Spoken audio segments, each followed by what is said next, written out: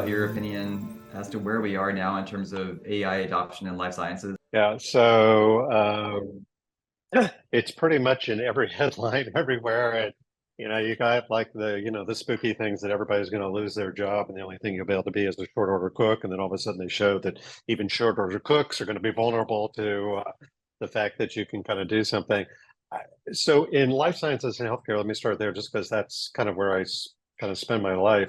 There is a broad general acceptance that artificial intelligence, both as a tool that generates insights that allows you to understand processes. So as an example, we can take a look at a patient population that has an adverse event or severe adverse event. There may be a hypothesis in the literature that that adverse event is associated with a comorbidity like cardiovascular diabetes or something of that nature. But when you actually begin to use some of the technologies that can establish causality, you may find, and this is actually a real example for some of our work, that it could be comorbidities and, say, other factors like immunological factors or the immune state of the individual and the immune condition of the individual. That's not in the literature. So typically, when we're doing biostatistical and neoclassical analyses, which is what we do when we're not doing AI, it's really derived from experimentation, literature, and kind of derived over long numbers of period of time, where in the case of AI, I can now begin to find associative and relationships and causality built into it. And as long as one can start to determine, is that just become a mathematical relationship? Is there actually a process in disease biology and other characteristics where that really actually adds an insight?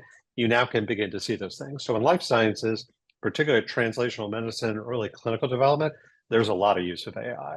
And there's actually as a primary tool to complement other tools that we're doing. Now, on the clinical side, AI is in use. I mean, FDA a couple months ago produced a listing of all FDA-approved AI algorithms, particularly in radiological imaging, where actually features and images can actually take a very narrow interpretation. And there were roughly 650 of them that were approved that are in some form of production. If I use the word production, that means somebody's using them in a software stack or an imaging interpretation stack, et cetera. If you were to go into Memorial Sloan Kettering, their own team of radiologists working with the medical team develops their own AI algorithms that they'll use to aid their interpretation, get higher confidence, kind of assure they don't miss features and other characteristics. So on the healthcare side, in the provider setting, in some very real, transparent, FDA-approved ways, it's actually in production. In the payer area, if you're doing claims processing and reviews of claims, et cetera, AI kind of came into that area some time ago, but it's definitely become, much higher use in terms of just understanding whether somebody should be, claims should be allowed or pre-authorization should just pass through because it's all routine and the normal standard of care. And in that case, it adds value to the payer and adds value to the patient because they're getting their prior authorization, much more rapidly, almost simultaneous with the request and things of that nature.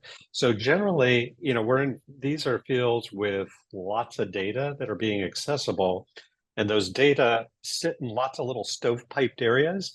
And the nice thing about AI is if it's now all been brought into a cloud environment. So if you kind of go back and say, what have we been doing over the last 10, 15 years? Well, digital brought cloud.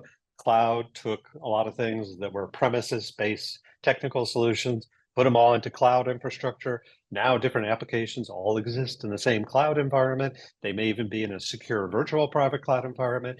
Now I can bring technologies that can go through those little stovepipe data lake, pods and actually begin to add value and utility in ways that we couldn't do before.